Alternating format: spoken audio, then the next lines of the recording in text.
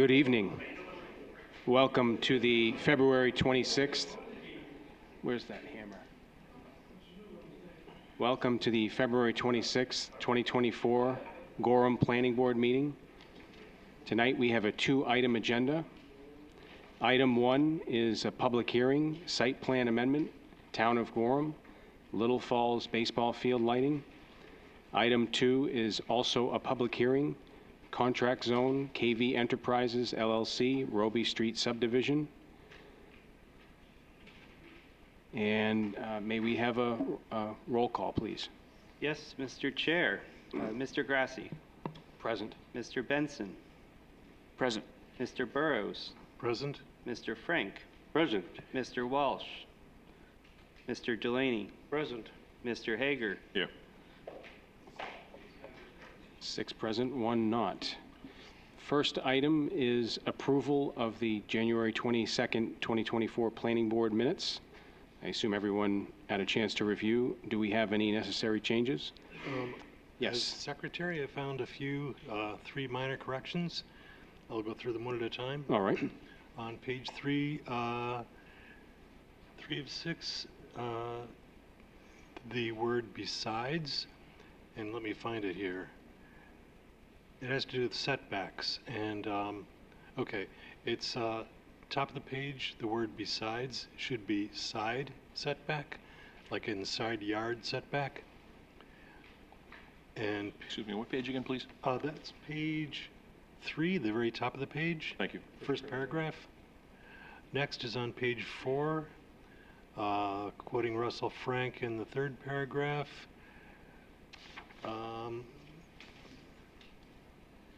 Make sure it's the 3rd paragraph. The words altogether should be altogether.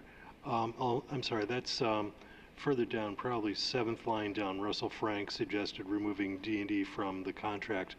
Altogether is one word, A-L-T-O-G-E-T-H-E-R. And then page 5, item 2, Mr. Grassi, put the setback.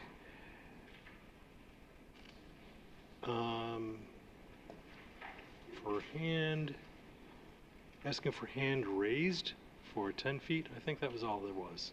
Instead of raises, raised. Minor grammatical blips. Thank you. Anything else from anyone else? Okay. Motion to approve those minutes. So moved. We have Mr. Hager, and then a second. Mr. Delaney, all in favor? Looks like all present, 6 to approve the minutes. The next item, Chair's report. I do not have anything to report this evening. Committee reports, starting with the Ordinance Review Committee. That is that Mr. Frank? Mr. Walsh. Mr. Walsh. Mr. Walsh. Yes. He is not here, so nothing to report. I do have one Yeah. update, if I may. There was an ordinance committee meeting scheduled for next week on March 4th. That has been postponed because we have engaged a hydrogeologist to look at the aquifer protection overlay after discussion with the committee. So that's something we're working on right now. We have somebody we've lined up, and we'll be getting that information, and then once we have it, we can reach back out to the committee to get that scheduled. Excellent. Thank you. And CPIC, Comprehensive Plan Implementation Committee. And I think it's Mr. Frank. By default. We have not met, so I have nothing to report. Thank you, sir.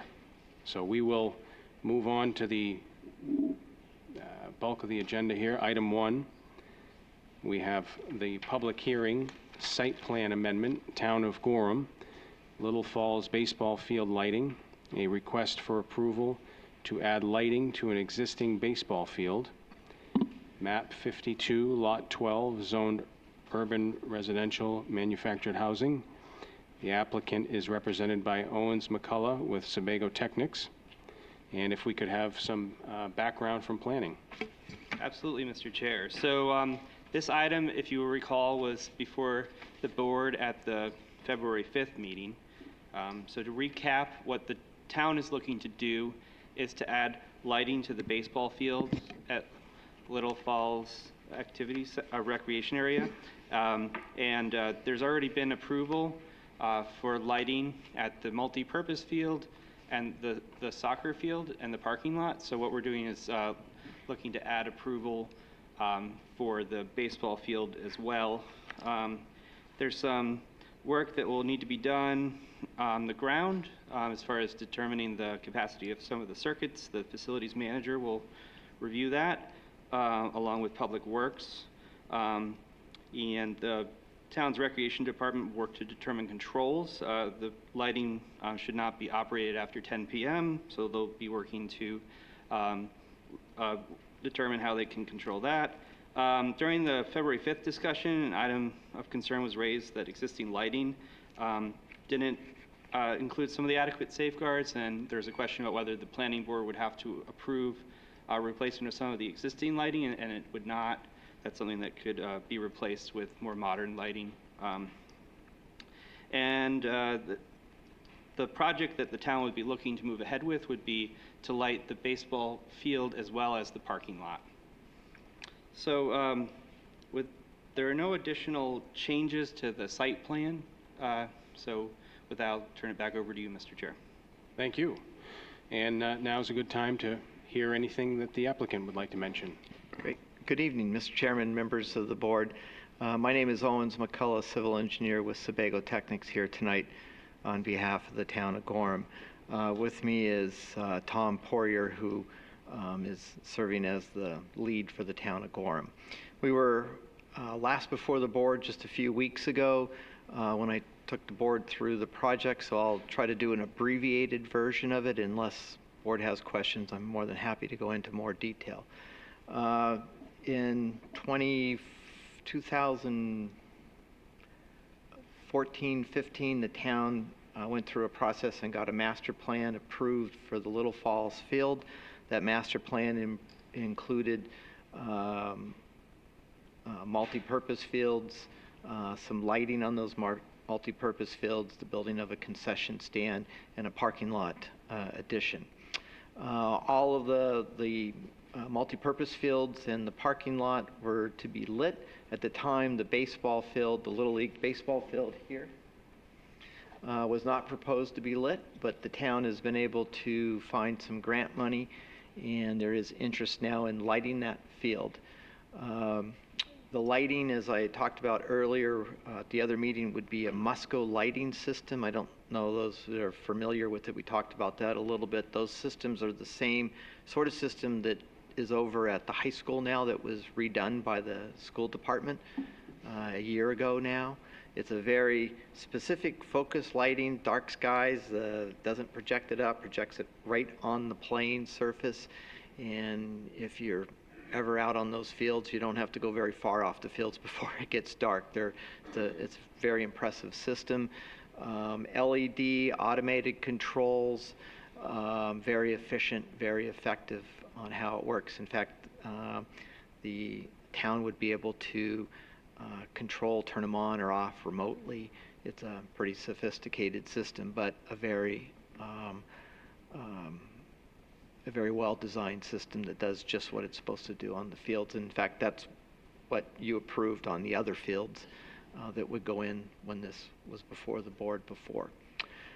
There was a couple of staff comments in it which are perfectly fine. We'll make sure we work with the facilities director. One of the things is just the routing of electrical. It's all underground. It'll be in conduit. We just wanted to make sure that when we put this field in and the parking lot lighting, that we're looking for the future, because someday we want to light all the fields. But that's down the road a little bit because these systems are fairly expensive. So 4 lights. There were photometrics included in your packet. There's no other improvements other than those 4 lights. The parking lot was already previously approved. There was a request that when we do this baseball field, we also light the parking lot at the same time. Makes perfect sense because you're going to have people parking in the parking lot for evening ball field games to come across and back and forth, so we want to make sure lighting is that. And that would be, that's the project in its entirety. If it's approved, then the town would move forward with getting prices, bidding it out, proprietary to Musco, but that's okay. And then the electrical systems and everything else would be put in. And that's about it. Thank you. And this is advertised as a public hearing, so we will go ahead and open it up to the public. If anyone would like to step up and offer a public comment, we ask you to state your name and address, and please make comment and have it be focused on this development and how the board can take that and discuss further. So we welcome any public comment at this time.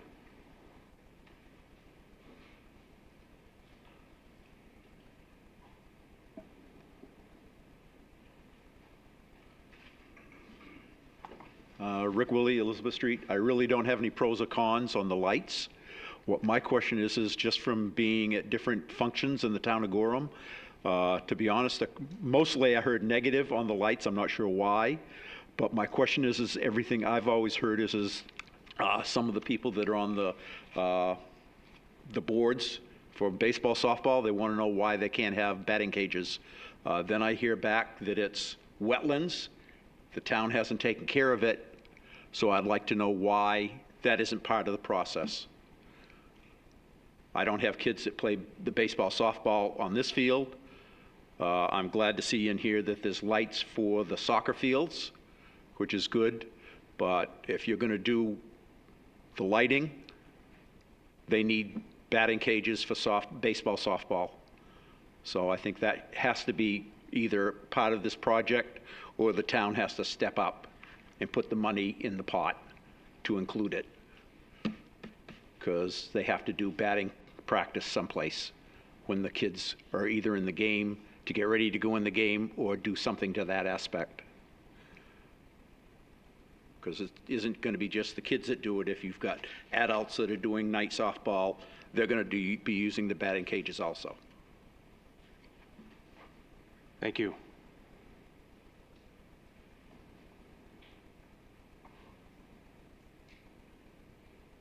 It looks like that's all we have for public comment, so we will close the public comment portion and we'll bring it back to the board. In regard to the first comment, good comment. That seems like it would be a town council question, I believe, as to why the scope of this project is the way it is. It might be something, be a good comment to offer up at at a town council meeting, I think. Does anyone else have any comment on that or any other comments?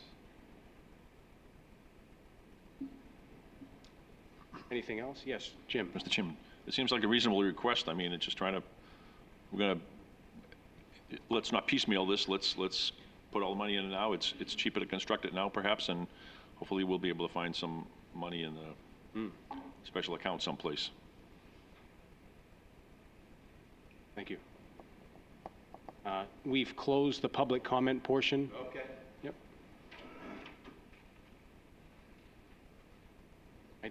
Yes. Mr. Chair, we may want to hear from Director Poirier Sure. first with some additional information. Yeah, sure. Good evening. So I don't believe at least staff hasn't heard a request regarding requests for batting cages. So if somebody wants to do batting cages on the facility, they could propose to do that and submit something in writing to staff, and then we can allocate the best path forward. A lot of these batting cages aren't structures, so if it's just poles and some nets, and they need to be utilized, we can work through that through some organizations. So I think the best place to start is a request to the recreation director, and then we could advocate where that facility needs to be and the best path forward. So that may not need any sort of approval from the town? Well, once staff has it, then we'll let the town manager know, and then we'll have, it may need town council approval, but I think it needs to start at staff, and then we can allocate the best path forward. Okay. Yes, Jim? Thank you, Mr. Chairman. I suspect these are seasonal features that will be brought out in the spring and taken out in the fall. I don't know if the planning board needs, Yeah. if it's approved by staff, I'm good with it. I mean, we know it's a feature that is commonly used, so I support staff reviewing it. Yes, that makes sense to me. I don't have any other questions on that. Thank you. Thanks, Tom. So in regards to the rest of the project, are there any other comments we'd like to discuss? Jim? You're smiling over there. Thanks, Mr. Chairman. I apologize. So I'm looking at page 11. And again, just trying to close the circle here. So we're talking about noise abatement, et cetera, and 7 a.m. to 7 p.m., 60 decibel level. 70 dBA, 7 a.m. to 7 p.m., and then 60 dBA from 7 p.m. to 7 a.m. But my question, I'm looking out in the audience, if lights are on until 10, should we assume that there'll be more than 60 dBA until 10 p.m.? Should we tie those two together? That's a good point. So if there are lights on, it's beyond the 7 p.m. It seems realistic that may be affected. That finding is actually tied to the standard, so that's the requirement under Chapter 4 site load. So that 7 a.m., 7 p.m., that's a standard. So we're just copying that from that section T noise under site plan review. So it can't be waived or it can't be moved. That's the requirement. And if there was findings that the noise exceeded that, then you might bring in code enforcement to. Well, exactly, and the lights may be shut off at 7 if they can't meet the noise ordinance.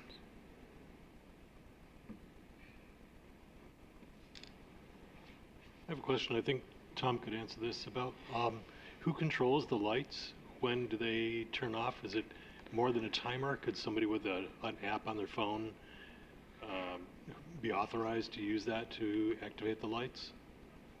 So we're evaluating how we're going to move forward with the lighting timing, whether it's going to be a staff member that will allocate the times and setting it is my guess of how we'll move forward. But with technology, it's hard to say, are there going to be certain other people that could turn it on in certain programs and then it would shut off at a certain time? That's possible too.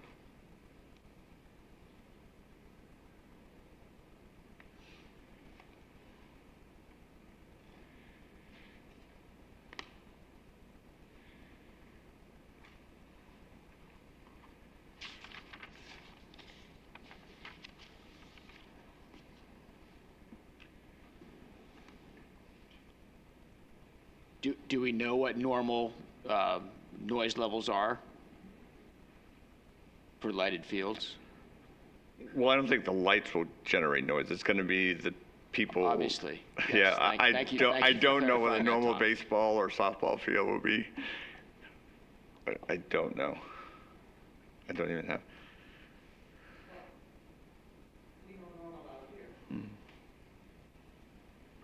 Depends how good they are. If they're good, it's louder, right? I don't know. But you got to remember, so most of the people or spectators will be on the opposite end of the baseball field. There's no bleachers or anything Right. towards the. Different environment. Correct.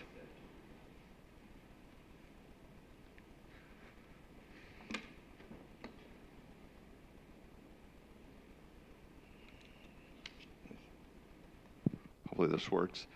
The other part that will help with the noise is there's a significant, I went by it today to look at it, there's a pretty good buffer here of existing trees and vegetation that when the leaves are in will give a good buffer between the property line that the town owns and this single-family house and the property line. So I want to say it's like 40 or 50 feet of vegetation, so that will help. So we see the 4 poles for these lights that we're, discussing. Can you point to the lighting? The other lighting was that was parking lot? Correct. So the other lighting is in here. So when we originally got approval, we got approval for these lights, for all the field, and then parking lot lighting. So now we're coming in to get this lighting right here. And we have these 4 poles essentially. Correct. It's, maybe it's another 33%. There's really not much more scope.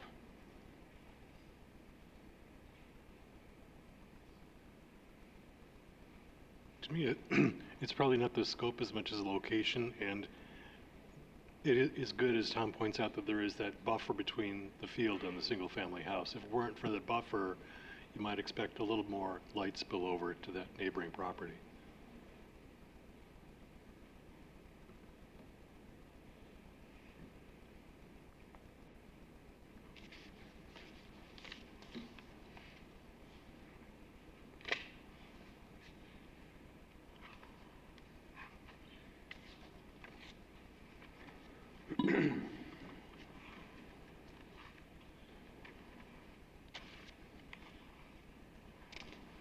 Yes, Bill. So I move to grant the town of Gorham request for a site plan amendment to install baseball field lighting at Little Falls Recreational Area, map 52, lot 12, in the urban residential zoning district based on findings of fact and conditions of approval as drafted by the town planner.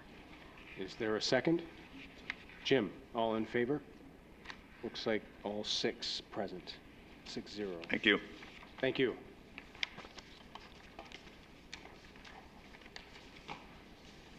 And that will bring us to item 2, which is also public hearing, contract zone, KV Enterprises LLC, Roby Street subdivision, a request for approval of a contract zone to allow for construction of a residential subdivision with single-family, multifamily, mixed-use, and conservation land. Map 24, lots 19, 20, map 25, lot 8, map 27, lot 20, zoned urban residential expansion. The applicant is represented by, it says Sean Frank with Sebago Technics, but it's probably someone else with the same company. Looks like it's Owens. And we would love to have a little backup from planning. I think we've had it a lot, but we can touch on it again. Yes, thank you, Mr. Chairman. So as the planning board may remember, we were last before the board regarding the contract zone on January 22nd. At that meeting, the planning board heard public comment on the contract zone proposal, and based on those public comments, made some changes to the contract zone. With the advice of the town attorney, it was recommended that the public hearing be continued to this evening, at which time the public could provide any comments regarding the changes being made by the planning board. So those changes have been included in your packets this evening to the contract zone. The town attorney and staff are here to answer any questions the board has. And again, this is a continuation of the public hearing. Thank you. And we welcome the applicant to mention anything, whatever you'd like. You can sum things up. We've heard a lot, but whatever you'd like to share. Fair enough. Thank you. Good evening. Thank you, Mr. Chairman. My name is Owens McCullough, civil engineer, here tonight on behalf of KV Enterprises. With me is Vincent Mayetta also. I'm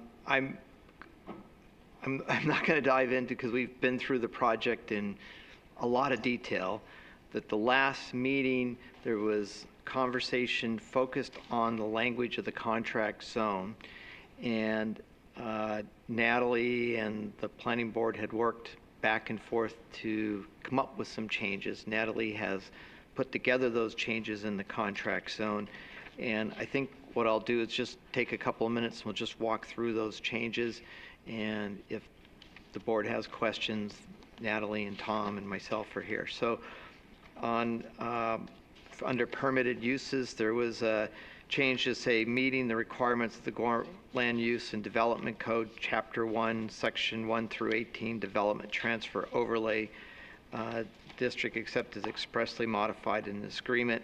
I think the goal on that was to eliminate specific reference to a specific number of units. It was to say that it has to meet with the Gorham, the transfer of overlay district.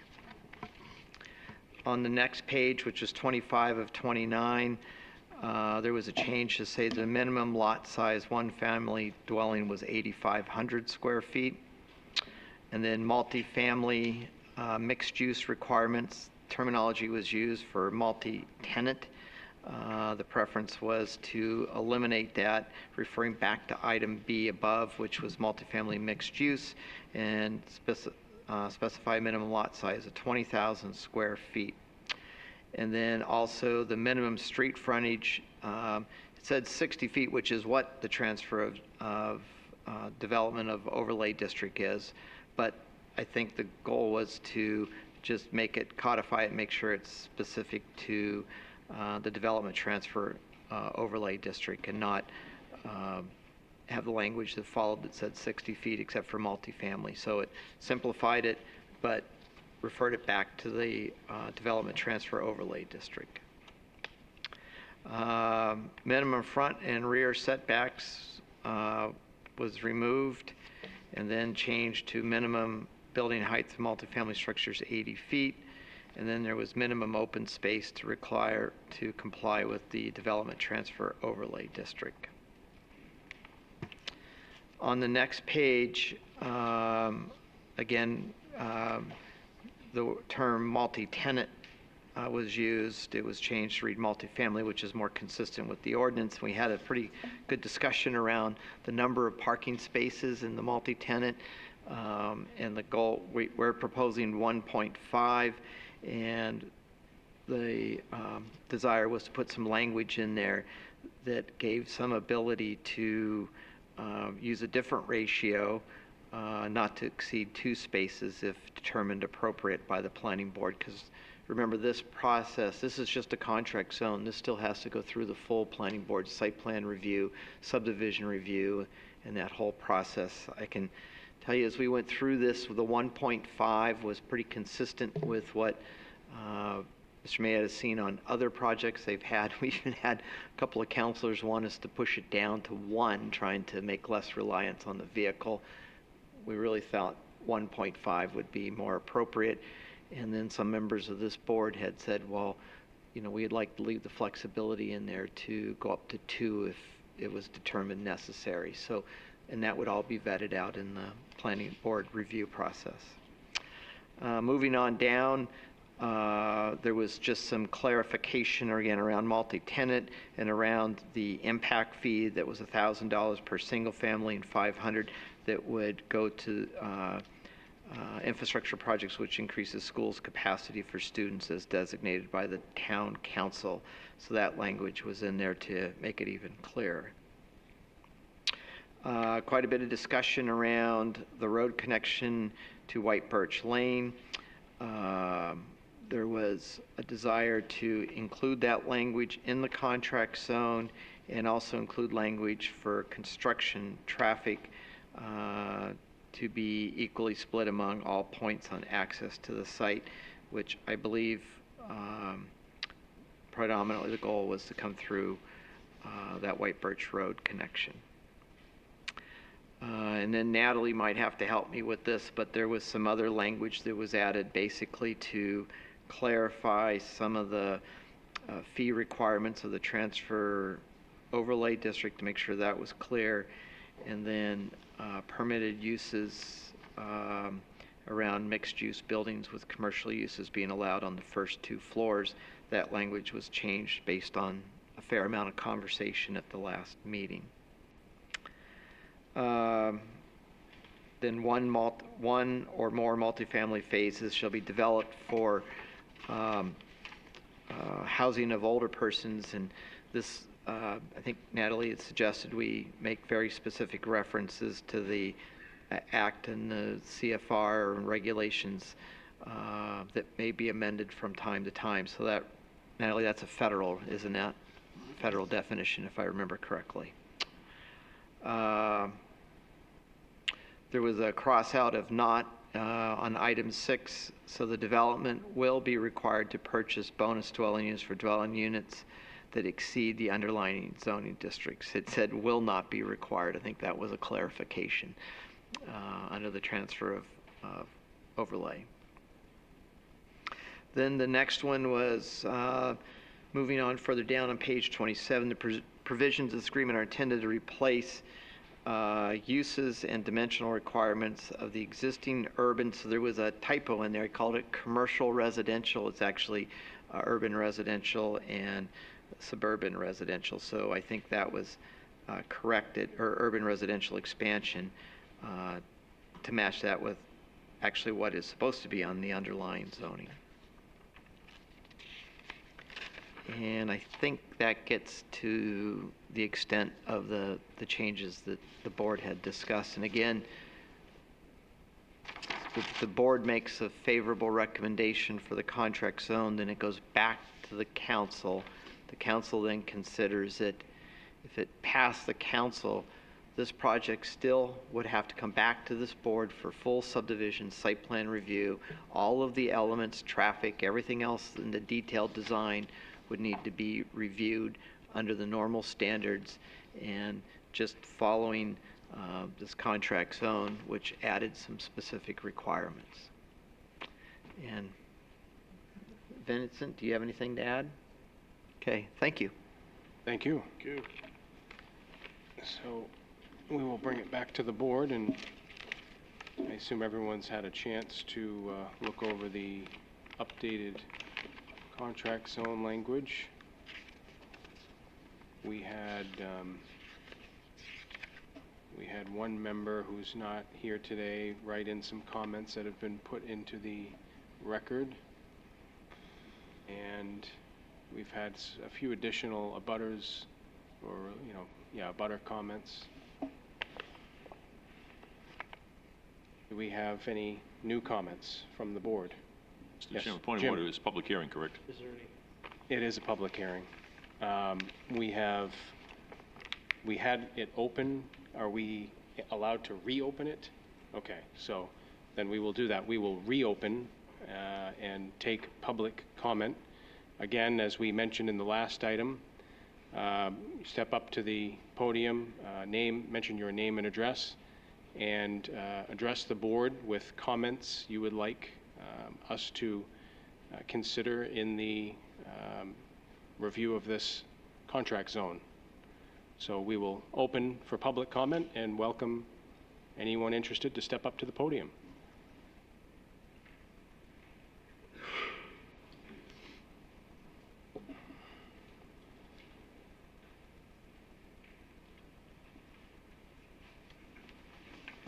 Good evening.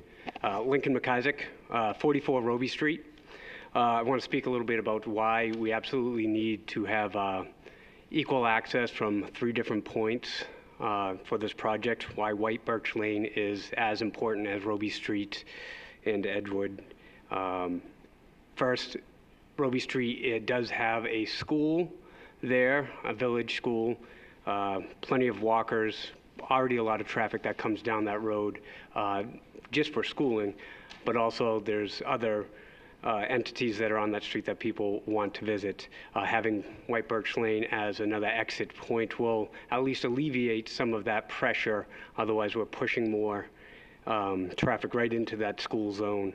The downtown congestion issues that we have, which, by the way, did a great job with those sidewalks. I like the lights that are up for there, and I like how you guys built that out. But it does, it did subtract a little bit of a lane there right at the Gorham House of Pizza. We already have traffic coming up 114 that gets congested in there with 25. By forcing more traffic to come up 114, we're just backing that up even more, and we're talking about the high school traffic, the middle school traffic, and traffic in general. We need to share that load over onto White Birch Lane so people can exit out easily and come in easily that way. You know, the big idea is that we live in the village, right? And village people take on the load together. And that's what we really need to think about as a town, is that how are we going to mitigate the traffic that's coming through there easily enough for all of the community. Listen, I prefer you not to be on Roby Street. Okay, that's my preference, but I know that what's better for the community is to share the load, and that we got to do that. And that's so we need to think in those terms. Please consider White Birch Road as mandatory for this project. I know that it's been suggested that it might not be, that you might need, maybe you can get final approval later. It really should be part of this as you move forward. One last question, page 26 of this really lengthy contract zone mentions construction traffic will be equally split on all points of access into the site. Would love to know how you're going to measure that. What device are you going to use, right? Or do you just want me to call you when there's too many trucks coming down my street? I'm kind of joking about that.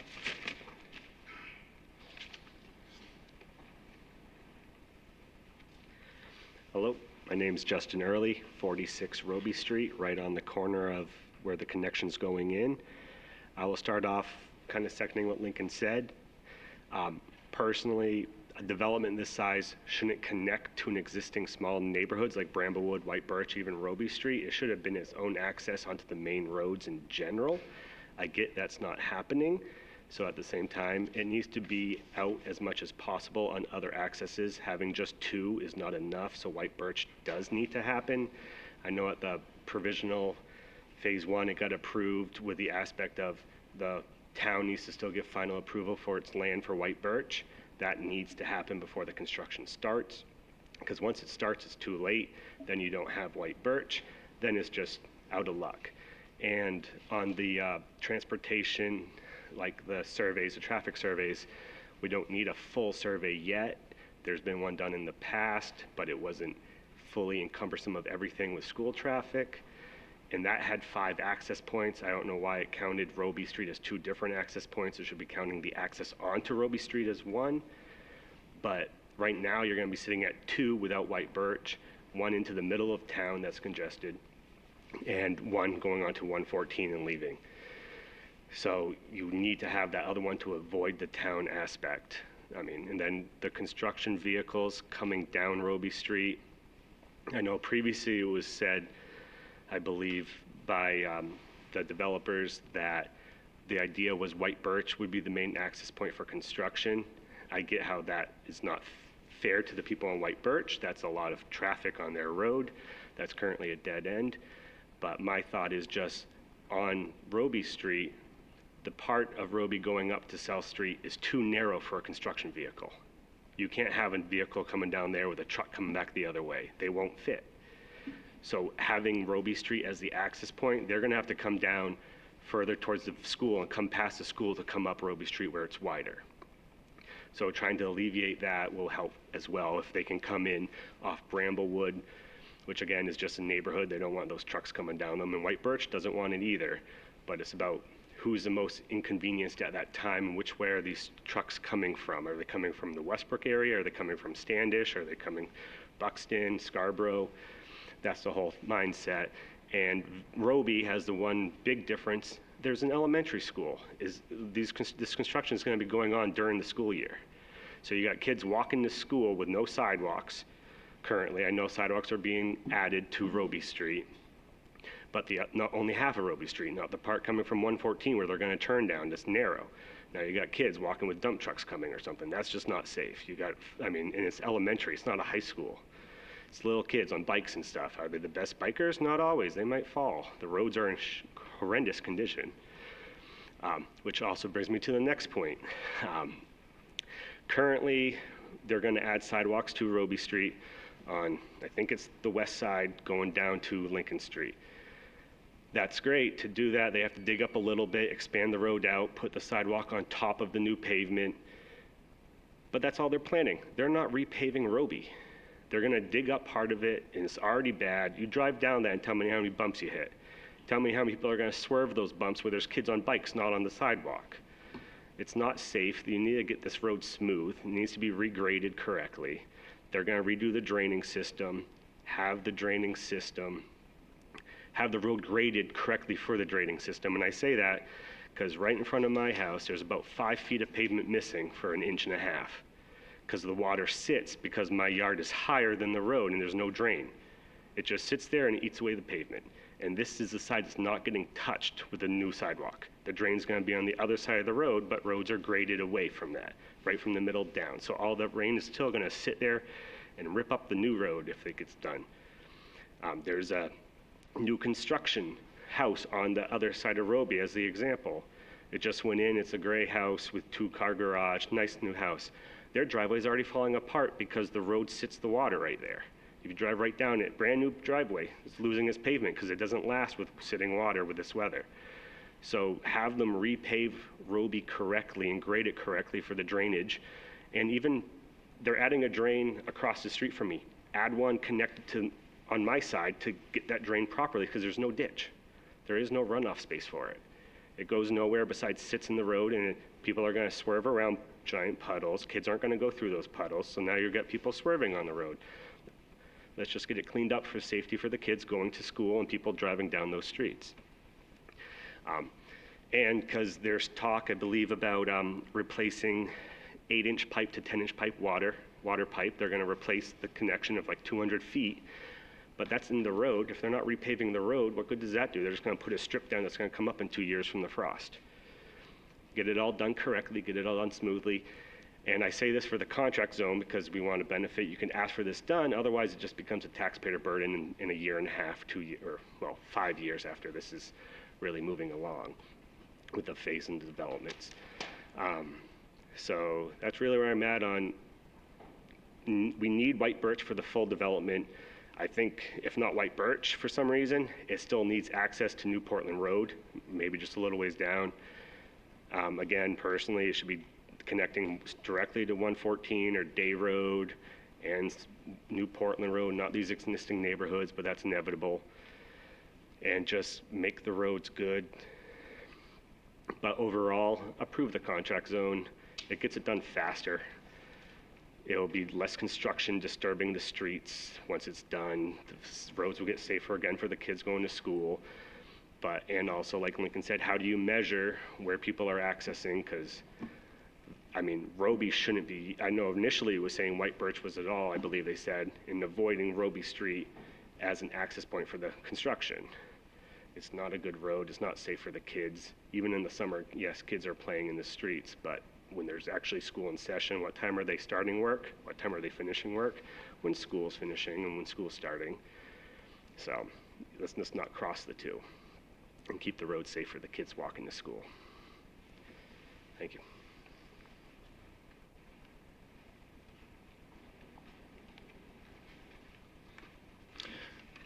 Good evening. My name is Kevin Thompson. I live at 45 Roby Street. I live across the street from these gentlemen. I actually have the drainages on my side of the road. And I can tell you right now, I have to go out and clean the drainage because it will flood up, and it's about 3 feet high and goes onto my lawn. So the other drainage is a necessity. White birch is a necessity. We can't have all that traffic on Roby Street. My tree gets hit by the plow truck in the winter getting plowed. You can see the gouges in it. If a plow truck can't make it around the corner, a construction truck can't make it around the corner. I'm also a 12-year veteran of the fire service and held the rank of a lieutenant. You need multiple accesses into there, especially being a construction zone. If something was to happen, especially when those buildings are being built, and just to let people know, 80 feet is 8 stories. You need a 100-foot aerial to get into there to fix anything. If something happened and the aerial needs to get in, it will not make it in, especially on mutual aid. Coming from Scarborough, it can't make the turn. It'd have to go into the village and up Roby Street from the school. And these are just access points. You try to get a crane in. Crane is as big as an aerial truck. I mean, we're talking low-hanging wires, low trees.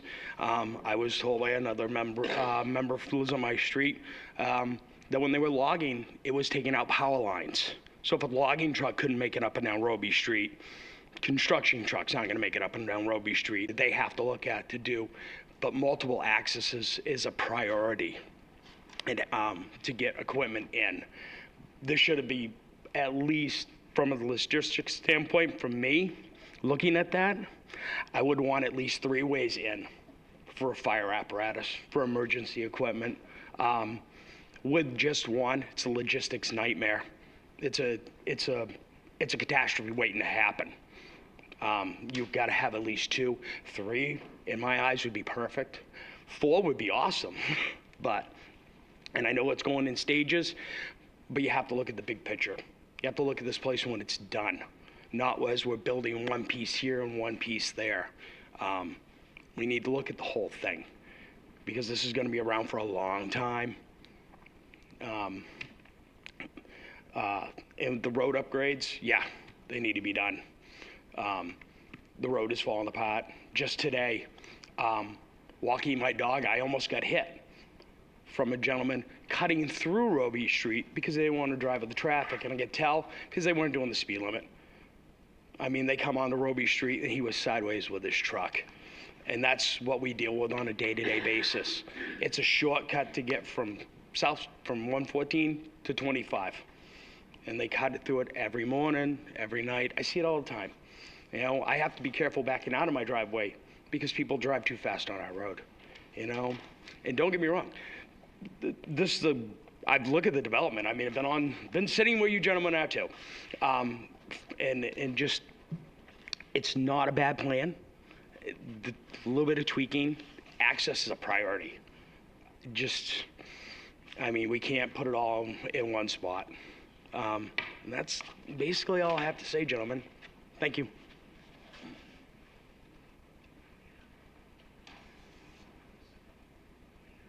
Good evening, Board. Tim Profano, New Portland Road.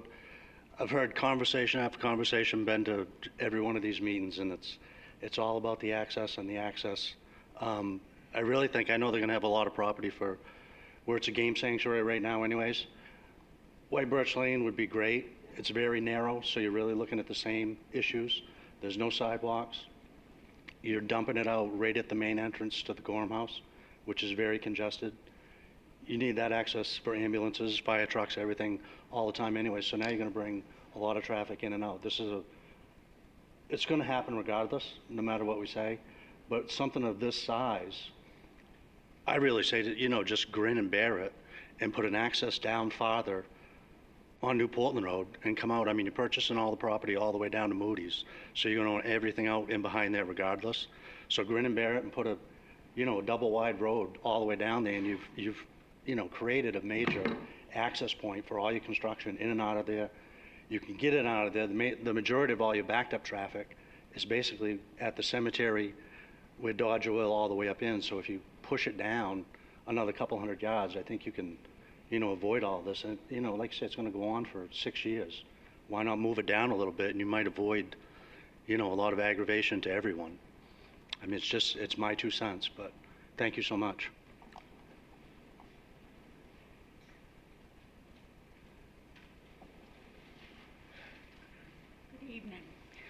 My name's Donna Hill. I live halfway between Dodge Oil and Birch Lane. Traffic on New Portland Road is disastrous. You've got Gorham House, you've got Johnson Road, you've got Birch Lane, Pine Lane, you've got the people coming out of Gorham House in wheelchairs, walkers, you've got people from 30 Birch Lane coming out with walkers and wheelchairs. I see them out there in the dark, walking with walkers. I wouldn't do it, but they are doing it. And I sit in the morning having my coffee, because I'm a retired person, I'm that old, trying to get out of Johnson Road to get across. If they're going the right way with the traffic, they can get out. But if they want to come across New Portland Road and go down towards Westbrook, it takes them about 5 minutes sitting there. If I want to get out of my driveway, it takes me 2 or 3 minutes. And that doesn't mean it's just Monday through Friday. That's Sunday morning when I'm trying to get out to go to church. It takes me 2 or 3 minutes because you've got the church down the street coming out. You've got people coming out of every street on New Portland Road. So I think it would be disastrous. Like he said, another way, maybe down by Moody's, would be better with all those trees.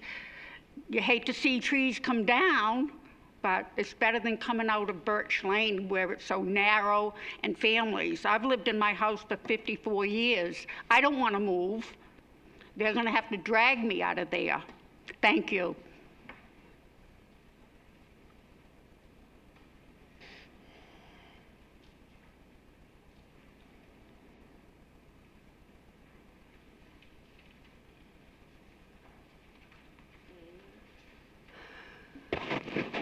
My name is Susan Roby, and I live at 34 Roby Street.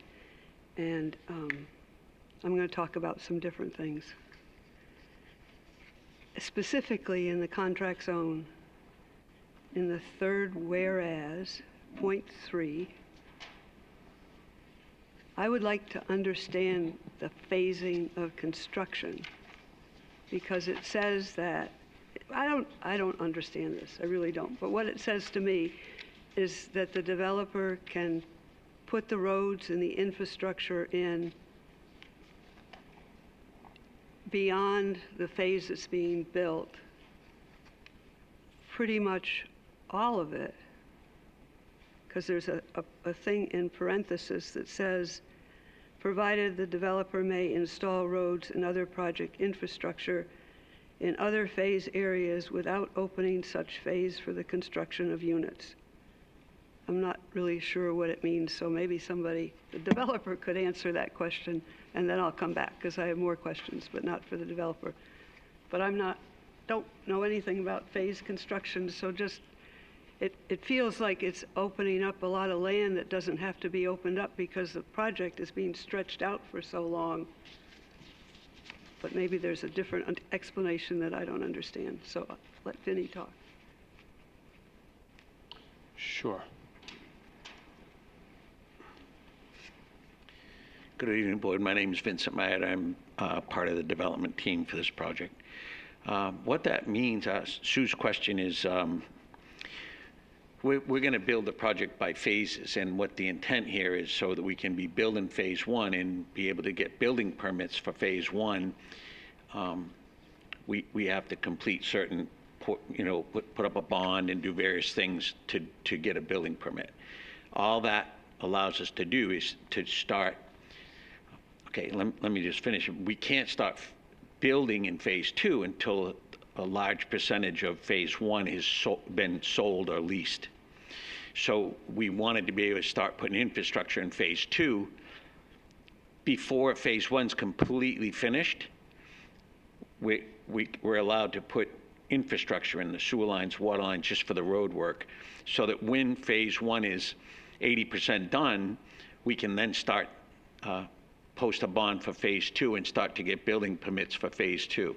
So it just lets us start in the next phase with our own money, but we can't get any building permits until we meet the town's requirement for completion, the percentage complete in each phase before we can move to the next one, to get building permits. So does that clear it up at all, or does it make it more confusing? Part of it that says, I shouldn't say this. It's in parentheses, you can read it. I don't either. It says that you can do in more than the next phase, is what I thought I read. Yeah, well, if it does, it can be changed. I don't see anything here where. Which paragraph are we talking?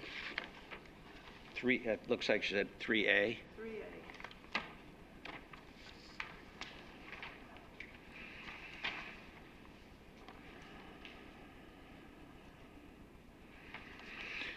Yeah, so 50% of the single-family homes have to be built or sold in a phase before we can post the bond for the second phase to get permits. So that's what I was talking about.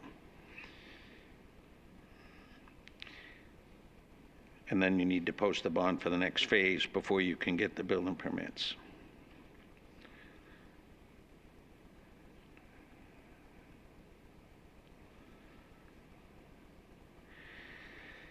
You know, and quite honestly, Sue, I agree with you. That last sentence that's in parentheses, I'm not sure exactly how that got put in there, but the with or without that sentence, our only plan is to be able to go to the very next phase prior to having 50% of the first phase done. That's all we care about. And I think it does that without that last sentence that Sue was talking about. I couldn't figure out what it meant. Well, I'm not sure it really means anything. Unless it's talking about White Birch Lane.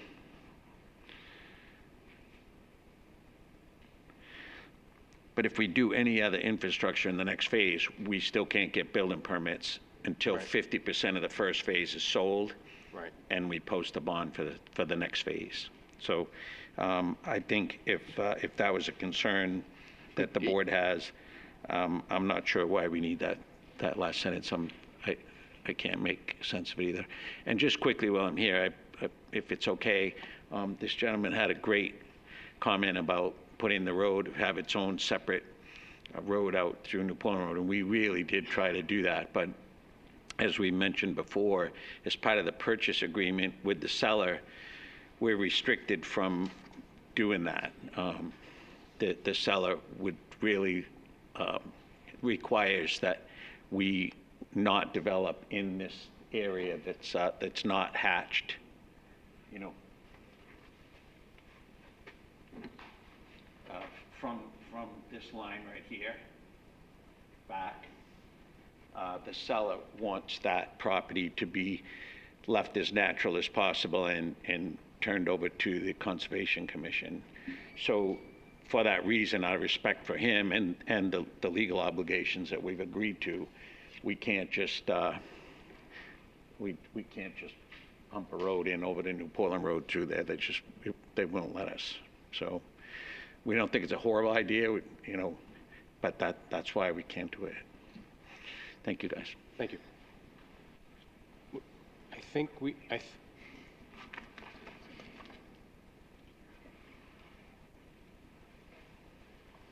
So my reason for asking that is I would hate to see the whole thing clear-cut until it was necessary. Cutting may be done ahead of the construction, but it won't be clear cut. So that would be phase by phase, or? Yeah. And some of it has to, I know, go down to the road. If we could just keep going with the public comment, I think we get the gist of that. Okay, but it's a question of what that meant, and should that language be in there? And I think Mr. Mayetta said it didn't need to be. Maybe Jim has some. Yes. Jim? Thank you, Mr. Chairman. So I'm reading this and understanding the construction sequence. For example, I would think that all the infrastructure, all of the buried conditions would be done at one time. I don't think we want to put 200 feet of pipe in, put a valve in, cap it off, et cetera, et cetera. So what that sentence says to me is that perhaps more of the infrastructure, buried conditions can be done. I don't know if we're going to be burying conduit. I know piping and blah, blah, blah. I mean, It's the drainage ponds, it's all of it. that says to me that before foundations are dug, that the rest of the infrastructure, meaning the buried conditions, pipe, water, sewer, conduits, can be... The infrastructure can be tackled. It's not bound by the same 50% per phase to go on to the next one. That's how I read it. Read it the same way. I agree. I would think that, please don't misconstrue my thoughts here, but let's get all the buried conditions done, and if something happens to this project, I don't mean that, but at least the water pipes will be there, the sewer pipes will be there, the buried conduit, whatever else is done for future conditions. That's the way I would take it, but... I just wanted to understand it, that's all. You know, And then what you said makes sense to me, so it's fine. Okay? I'm just asking questions. The next point is in the third whereas, point 4. Okay, I don't know if he can put this up on the screen because I didn't show up to ask him. But you asked me to put it in color, so this is just for you. And maybe it is, and I think you all have it. Is it in color? I didn't know whether she copied it. We have that. So my point was that in the comprehensive plan, there is a goal, 2 parts of it. One is to be somewhat like the village areas that you're next to, and the second is to have diversity of housing. So when I was here the last time, I made some comments about adding duplexes into the single-family areas and to adding what we call apartment buildings in the village, which are really big old houses that have 3 or 4 apartments in them. But if you're going to do that, and that probably is a question for when it comes back to the planning board, but in the contract zone, you've got to have 2 other definitions of buildings. You don't have any mention of duplex buildings or of multifamily dwellings that are not mixed use. So I would ask you to add them in the event that they can be used in the development to make the housing more diverse.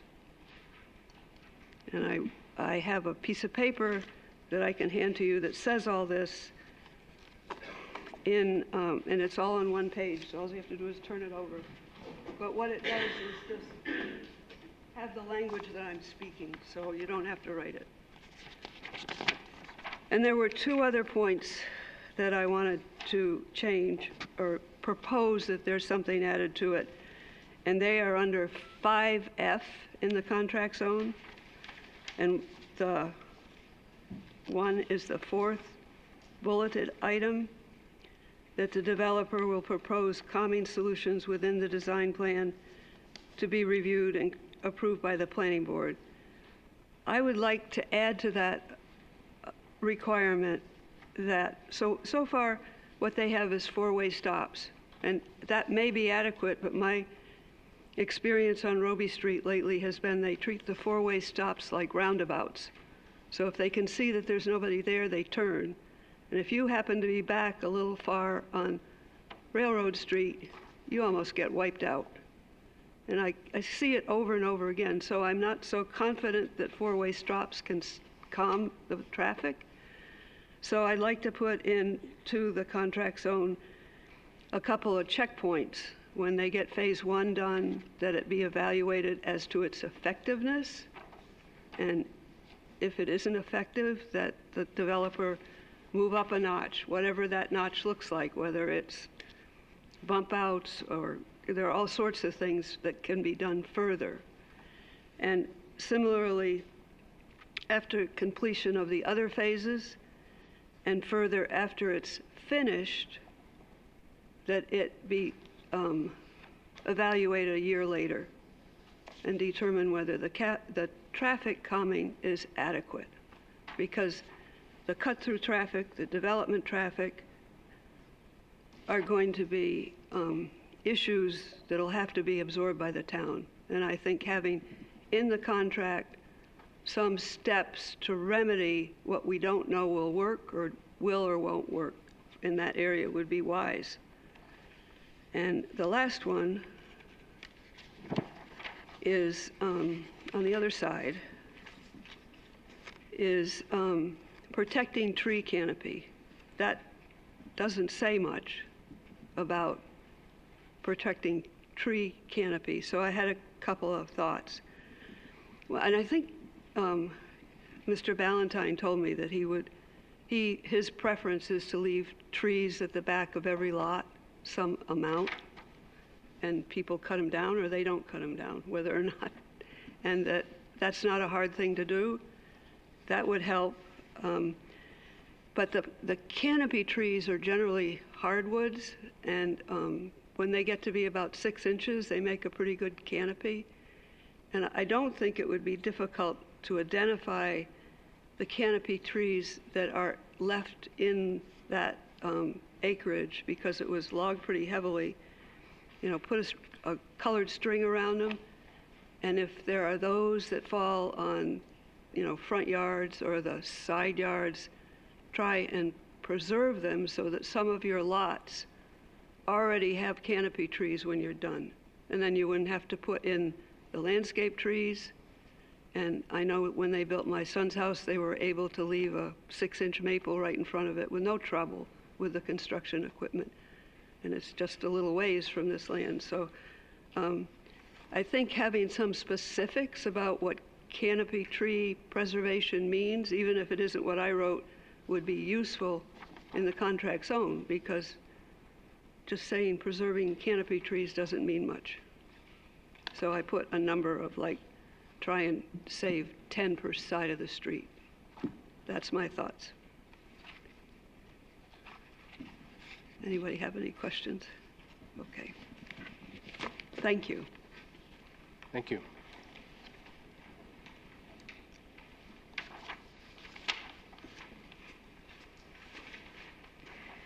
Hello, my name's Amy Letty. I live at 2 Roby Street. The town of Gorham has a very complete stormwater management plan, and that plan applies to the urbanized area, which is shown in a map in the water management plan. The boundary of the urbanized area does not include the area where the development would be going in, and I think it would be important to somewhere specify that all of the best management practices that are spelled out in that plan would definitely apply in this area as well as in the other densely populated areas of the town.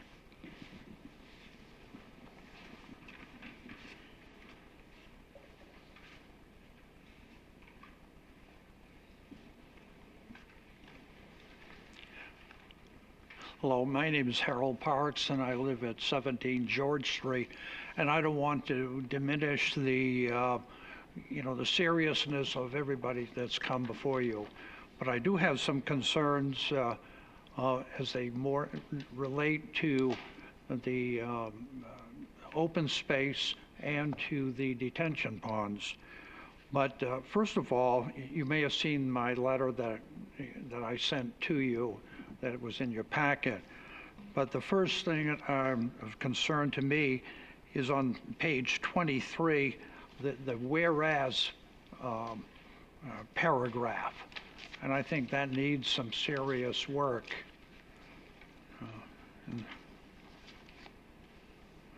First of all, it says in there, the 32 acres of land to be placed into a conservation. Now, I've been in municipal government for 30 years and a member of a land trust for 15, and I've never heard that phrase before.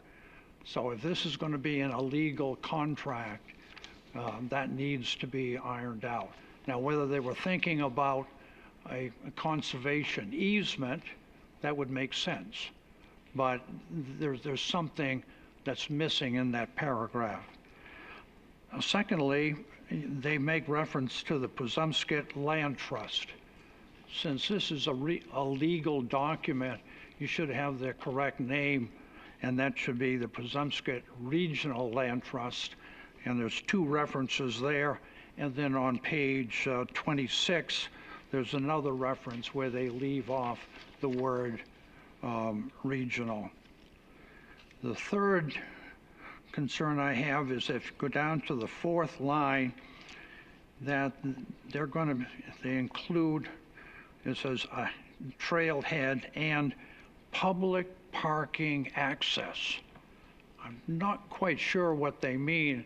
Do they intend that to be public parking and public access?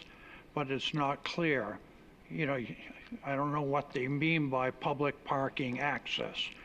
I think that needs to be, cleared up. And then on the last parentheses, and here this is an issue that came up earlier. They said, the first one says, to be created by the Pozemsky Land Trust. And then if you go over to page 26, there's another reference to be constructed by the land trust. I don't understand this wording, and there may well be another superseding agreement that we don't know, but somehow they're trying to make a reference to it. But I think that needs to be straightened out as to what you mean by to be created or to be constructed. Is the land trust committed to creating and constructing or constructing something? I think that's something that needs to be ironed out as long as you refer to it here. There are two other recommendations that I would suggest that you look at. One is that pond number 2 that you see right here should be moved back about 20 feet so that you could install perpendicular parking and a short sidewalk. The idea of the parking, if you could move that back, then you've got your parking for the people that want to come to this area.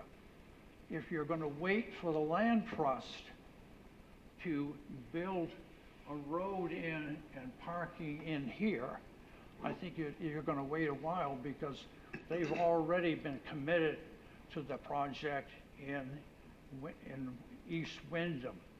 So if you really want to get the open space up and running and having people being able to enjoy it, one way would be to move the parking, move that pond back 20 feet, put in parking. And there's some benefits to that in that you'd be able to provide space when Public Works needs to get in and work on this detention basin. Also, when Public Works has got to work on this detention basin and this one, they're going, because of the constriction of the land, they're going to have to take some of those parking spaces. That would, in that case, they could use this as emergency parking. But I think that is something that needs to be looked at. Secondly, I mentioned the detention ponds. I don't think anybody has talked about them, but I think this is something that you're going to find the Public Works is going to have to assume, because I'm making the assumption that the town is going to be required to accept all 3 detention basins. And that means that the town is going to have to mow them every year and clean them up. They're going to have to repair any damage. They're going to have to go in maybe every 10 years and dredge them. And if there is a failure on any one of them, the town is responsible. So I think it behooves the town to get a second opinion as to the design and the construction of the detention ponds. I have no disrespect for the engineers that have worked on this, but the town is going into an area that few towns have done before with this amount of detention ponds that the town is going to be responsible for. So I would just, raise that.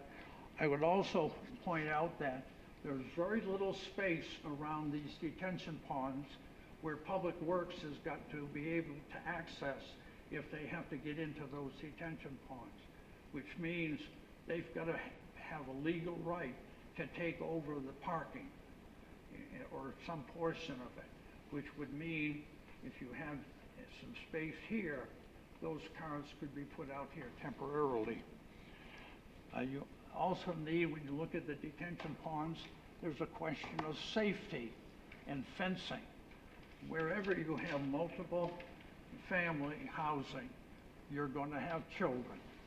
And children are going to be attracted to that pond and the water. So there is a safety aspect, and I'm not sure if that's been worked into, you know, the first phase or not. But if there's a safety problem, the town will end up hearing about it in short order.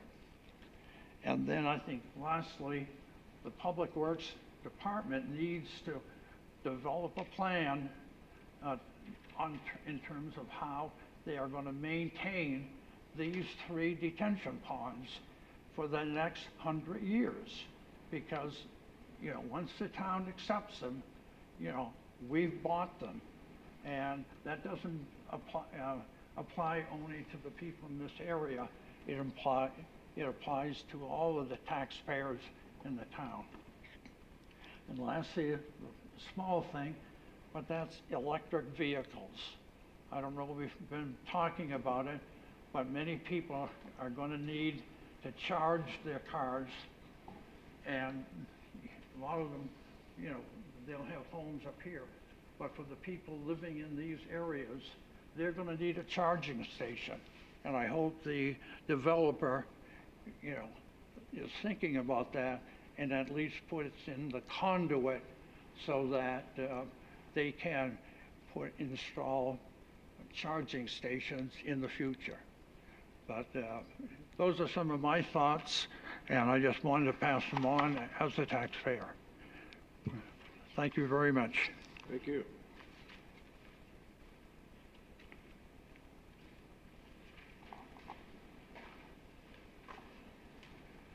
Rick Willie, Elizabeth Street again. Kind of bounce back onto White Birch Lane. I guess I hear everything everybody's saying.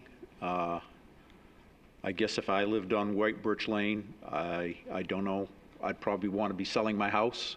I have no idea how you guys can even consider for a short run to put that in. The road is not made for construction vehicles. I happened to be talking to a lady in Hannaford's, and she used to walk on White Birch Lane with a friend. Her friend got hit by a vehicle, broke her leg. Now they just walk around the back housing. They won't even think of going out on White Birch or New Portland Road. They don't even think about it. They have to get a friend to drive them up to Hannaford because they don't trust the people. The word speed limit on New Portland Road is a joke. I mean, I've had people before even get to White Birch Lane pass me because I'm going the speed limit. Not 25, not 15, the 25 to 30.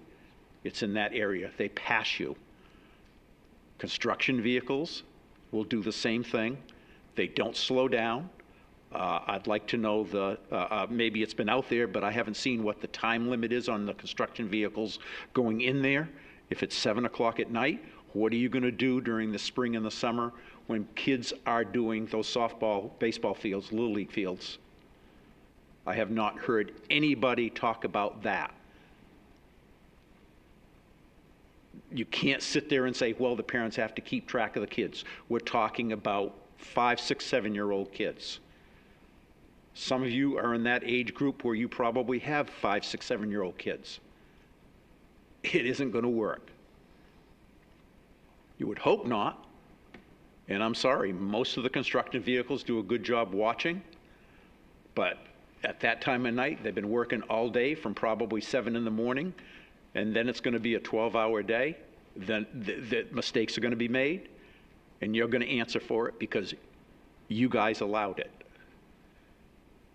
I don't honestly, I mean, I looked at all the roads you said you were going to let be access points. I'll be honest, I don't see a single one that should be. None of them are constructed for it. I don't know where any of you guys live. There's only one person on the town council that lives on one of the streets that's going to be in excess. I don't understand. I apologize to Mrs. Roby. I've used Roby Street as a cut through. I've stopped doing it. I apologize. I know. I've lived in Gorham for almost every one of my 73 years. So people that say that there's a backup, there's been a backup on Main Street all the way back to the Flag Center and further back since the 50s when the raceway was going. So I don't want to be mean to you guys, but get over it. You're worried about changing things for an hour and a half of your life.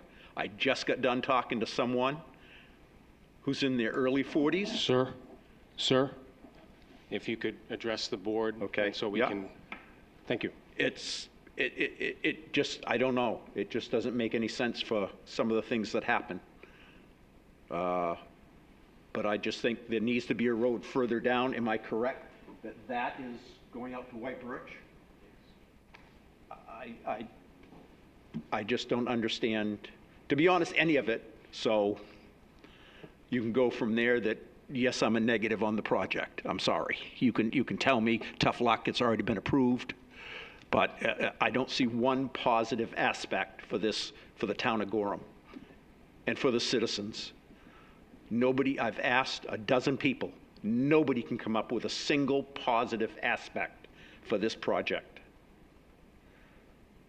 Somebody came out to me and says, well, we're going to get $5 million in fees. Where are they going to go? It's not going to reduce my taxes. Westbrook American's just got an article in the newspaper, it's going to go up 11% if they get what they want. And that's just the schools. Have you guys sat here and thought of what any of these projects, and there's 3 projects going to be going on in Gorham that you're going to be hearing about, and you know it. What does it do to the police station? Public Works, Fire Department, and then the last big one, the school department. I said this in front of the town council. I don't see any planning 1 year, 5 years, 10 years in the future. What does this do in the future? If you have it, tell the citizens of Gorham. I don't see it from you guys. That's all we ask. We don't see it. Where do you think Gorham's going to be in 2030? How many citizens? We already need a new high school. The citizen I was talking to said we definitely need a new Narragansett school. How many portables? I can see it from my house, but I honestly haven't counted the portables. It's all part of the plan. I don't know whether you guys take the whole plan and look at the whole thing, what the whole aspect does, or you're just doing piecemeal. We have to do what this contract zone wanted. How does it affect Gorham? I don't know whether you look at it. I had one person tell me, well, it's not part of the process. We don't care. If it's not part of the process and you don't care, you're lacking in your job. Because I hate to say it, whether I'm here on this earth or not, in 10 years, you're going to be looking at this and say, holy crap, we totally screwed up. I want to see some vision from people. I don't see any vision. I see people that want instantaneous results. And nobody's telling me nobody's going to get it. They're going to get a total mess up.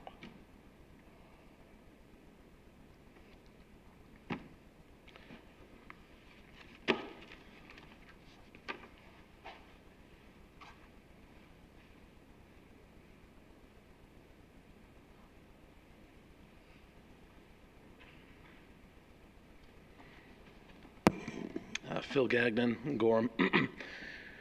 So when I addressed the planning board about 3 years ago, I would say, I asked for remediations during public comment in how the planning board was looking at access from New Portland Road through White Birch Lane to Roby to South Street. I don't see any remediations. I don't see any ways that this isn't creating a dog leg to get from one place to another where people are going to speed through and cut through, where they already do it here to get from South Street to Narragansett. So I guess I'm curious as to why we're having a public input on something that hasn't been addressed, continues to be ignored, was pushed through by a council order to look at it, and still wasn't done. I know because I made the amendment as a town councilor to have the planning board look at the design to create a better, more holistic way of approaching the design to mediate traffic and hopefully curb cut-through traffic, or at least the most speeding through there. Hasn't been done. I don't understand what the planning board's doing if they're just ignoring the elephant in the room, which is at 5 o'clock, you're backed up to this road, you're taking a left to get over there. What are you doing? I don't understand it. I've watched the planning boards. I've been present to the last one. I'm starting to have concerns as to the governance and how we're dealing with these subdivisions. This is a cookie cutter subdivision that creates undue pressure for people that live around it and soon to be people that live in it. Please take into considerations when you're looking at these large subdivisions, traffic patterns.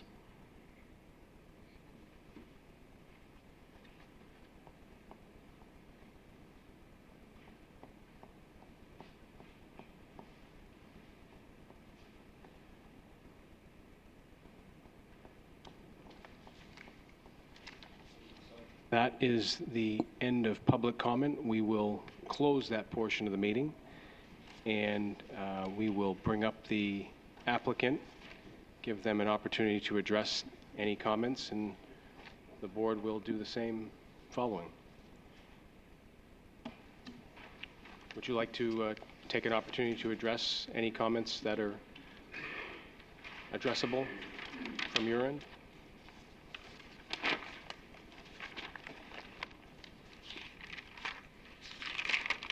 Thank you, Mr. Chairman. I think one of the an important aspect of this is the contract zone. The way the process works is all the questions around stormwater ponds, design of stormwater infrastructure, all of that will be reviewed as part of the full site and subdivision plan review process. The traffic will include a traffic movement permit through the DOT. It'll include the drainage, stormwater will be third-party reviewed. It'll be reviewed by town staff. So there will be a very, very substantive process that this goes through if the contract zone is approved. It's, we hear all those concerns. We understand that all of that will need to be addressed as time goes on. So we certainly appreciate and absorbed all those comments tonight. I guess I'm not sure if the board, I can try to go through with a lot of conversation around a lot of number of things tonight. I'll talk about stormwater ponds and infrastructure. So those ponds are situated on a plan and showed locationally as where they will likely be going. The next step as part of the subdivision site plan will include all of the infrastructure design, all the specifics. This is going to go through the Maine Department of Environmental Protection for a Site Location Development Act permit. It'll be an NRPA permit. It'll go through the planning board and a third-party review process. So it'll be a very involved and lengthy process, but that's not what the contract zone is at. My understanding is the contract zone is setting the framework to move forward to those next steps. So I can't, I was looking at some of the comments on, I'll take stormwater for instance. When you go through the subdivision review, as you do with all subdivision plans, there'll be an association document that'll be put together. There'll be Maintenance agreements, Natalie will be reviewing those along with Tom and the third party. DEP will be reviewing those, and if I understand it, like the stormwater ponds, there will be an association set up to take care of that, not the town. The town will have legal rights to go in and back charge the association if they're not taken care of, but it's not something that would go to the town. But all that gets worked out as part of your normal subdivision review process. So I was a little concerned that we might be mixing the two. We just need to work through the contract zone language first. All the substantive design and those parameters will be worked out later on. Is there anything we can ask or address for the board about any language in the contract zone? Any comments? That's what we're here for, to work through that so we can go to the next step. So thank you. Mr. Maeda, do you have anything else to add? Thank you.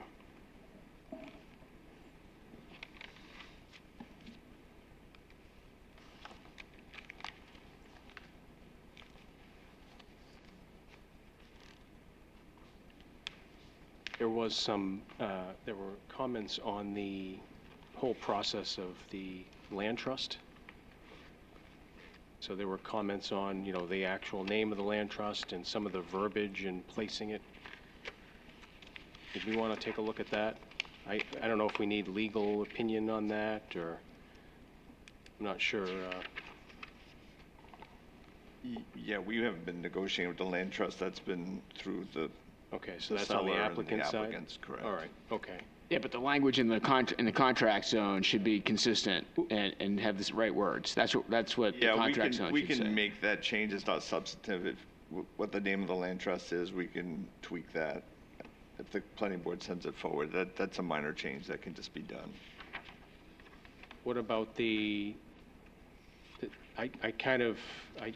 I don't want to say I agree with the comment, but I also have the concern of,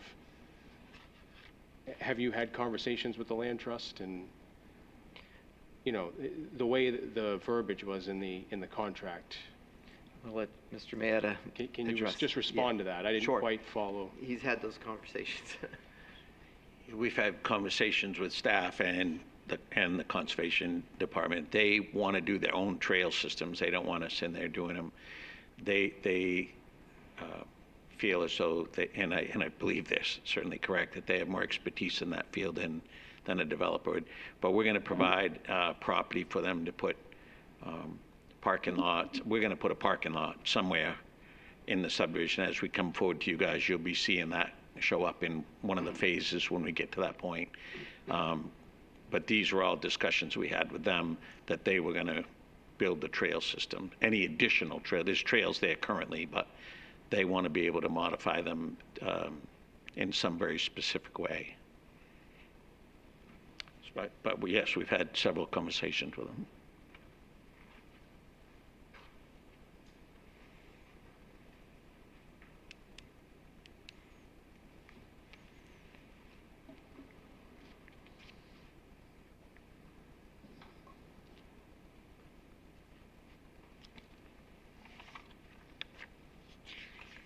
Mr. Chairman, where are we at with the letter that we were sending to the town council with our support for the topin or the White birch? White birch. Has that gone forward? I would have to check. No, it has not. I would have to check with the department. I believe the letter has been drafted and sent to the planning board chair. It hasn't been sent to the council because that item hasn't gone forward yet. So when that item is in front of the council for discussion on the White Birch Lane connection, that letter will be provided to the council at that time. So what's the mechanism for sending if the board chooses to send this forward, but to do it with a contingent on the White Birch connection being approved by the town council? So or is that an option? It's in the contract zone right now that White Birch Lane connection be required as part of phase one. So I guess is that the language that's in there required? That was the development will provide a road connection to White Birch Lane as part of phase one of the development. Construction traffic will be equally split between all points of access into the site. That's actually in the contract zone language. Right. So does that mean that if it's not, if the white birch access is not approved, that that voids the contract zone? It means that the contract zone won't go forward? The contract zone would need to be amended.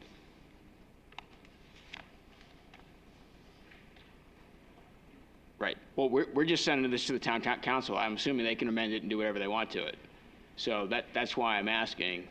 Well, but substantive amendments have to come back for new hearing at this board level. Okay, so they'd have to come back to us. For a new hearing, For a new yes, hearing, if okay. they want to make that change. Okay. But be aware that if they send it back to you, it will be a public hearing to hear that one item. Sure. To make the recommendation back to them. Okay.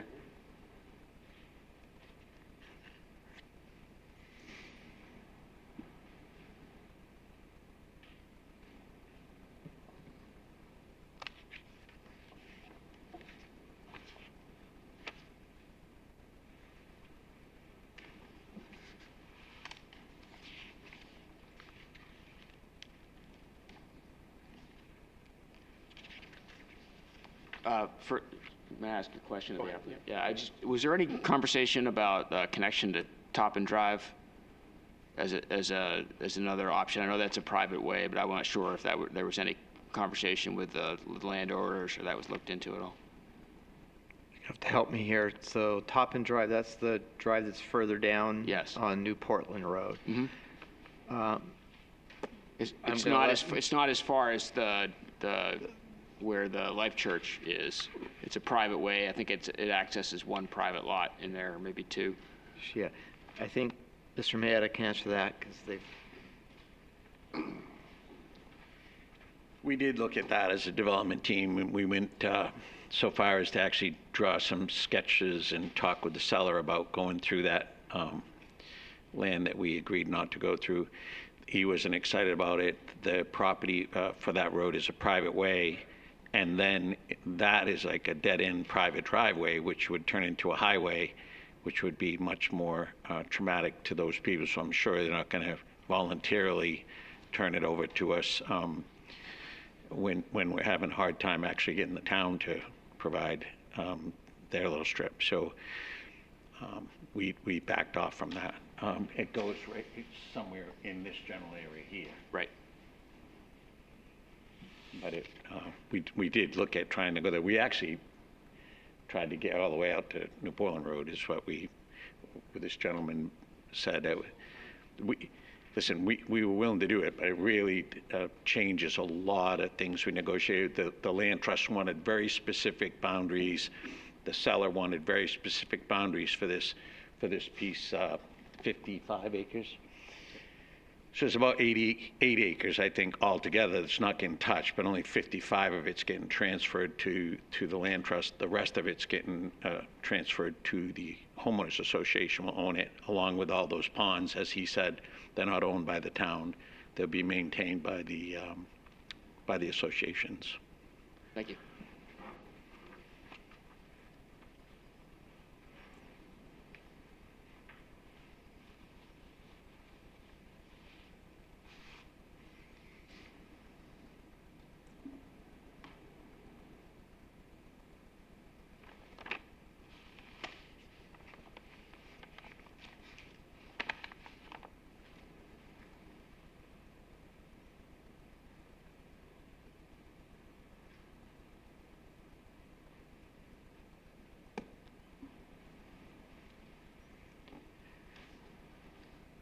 What do we think about this language? Do we have changes? The updated language, any of the untouched language?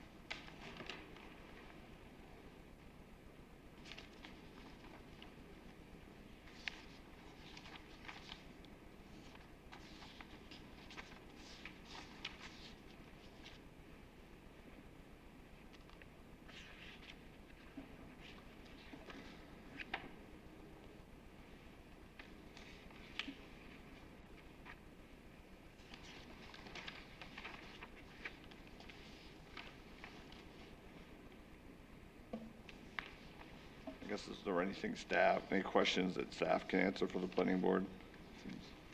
That's it. I guess I'd like to ask, in the contract zone language, is there any opportunity for us to add some of what we understand from the public comments today? Can that be integrated or added to the language in the contract zone?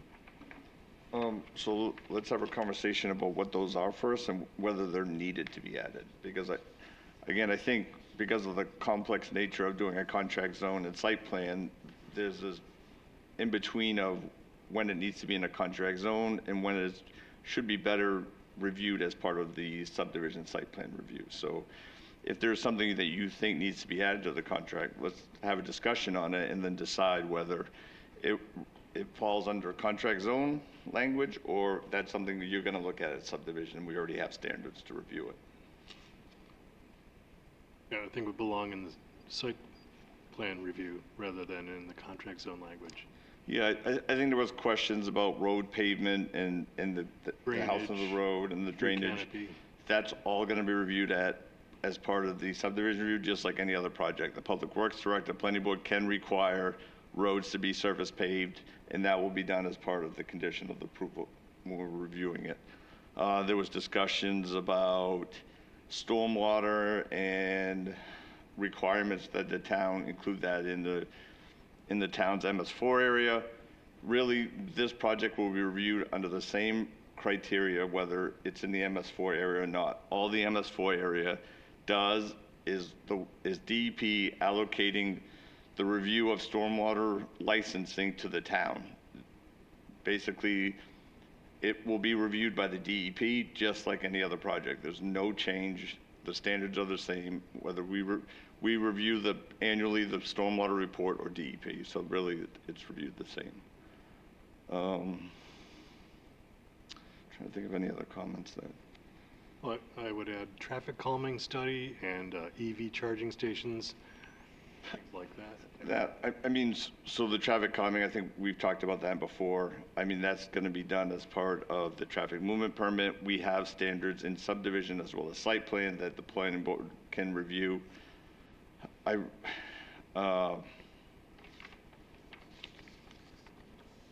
It's hard to know what other traffic calming measures to add to a contract zone above and beyond what's basic engineering practices that traffic engineers, both the applicants and then the town will have peer review and then the state's going to have peer review. So there's going to be 3 traffic engineers looking at this as part of this going forward and giving recommendations to the planning board.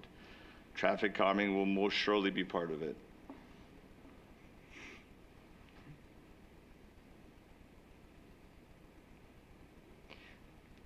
So the only other language that for me is the consistency with the Presumpscot Regional Land Trust. And then there was a comment about on page 23 and the second, third, fourth whereas paragraph, talking about 51 acres of land to be placed into a conservation. So not really sure what that means. Maybe it should just be placed into conservation with the Public Land Trust? It could either be placed into conservation.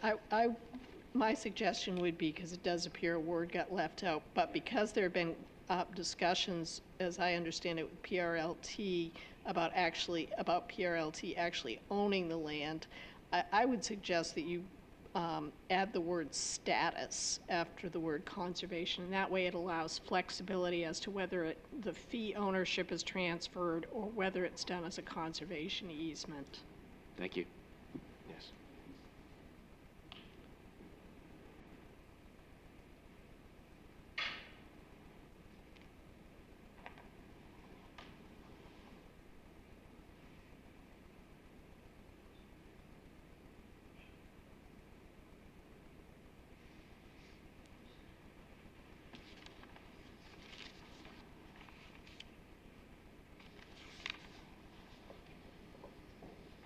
I didn't hear anything else that wouldn't be part of each phase's review. I don't have any other recommended contract zone changes. Anyone else?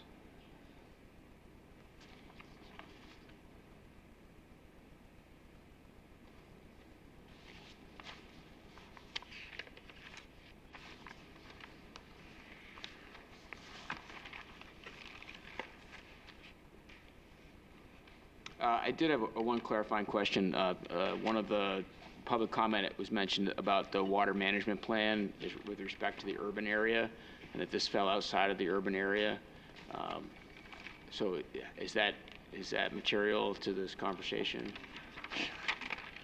No, so the urbanized boundary, again, was set up by the DEP, and it's done by census tract. So really what the DEP is doing to towns that they allocate or identify as having urbanized area is shifting the responsibility of who oversees stormwater from the DEP to municipalities. So they're incurring a cost in municipalities to take on the responsibility to maintain or to track homeowners' maintenance of these stormwater ponds. So there's a requirement. We have an ordinance now that was required as part of our licensing through DEP that we make sure homeowners associations provide us with a stormwater report annually instead of that report going to the DEP. So it's the way for the DEP and the EPA to shift better management to a local level.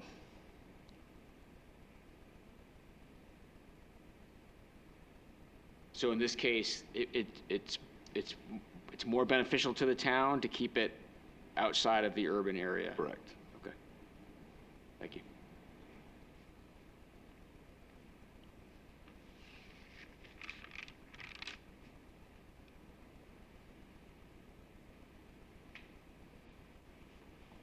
Are we at the point where we need a motion? I think so. All right, I'll stick my neck out and move to recommend adoption of the proposed contract zone agreement to the town council with amendments made by the planning board. Do we have a second? Jim, all in favor? Looks like 6-0.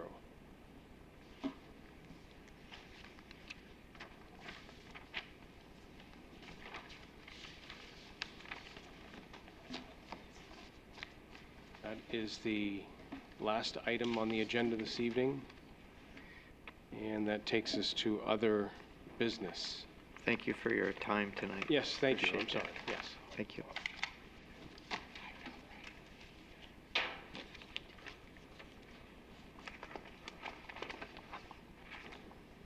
Do we have other business? Yeah, Mr. Chair, just one thing for the board to be thinking about. So Chair Grassi's served on the board for many years, but will be stepping down. His last meeting will be in March, so the board will need to elect a new chair, so it should be thinking about who would want to do that. Thank you. It's a fun job. Do we have any announcements? No? Does someone want to make a motion to adjourn?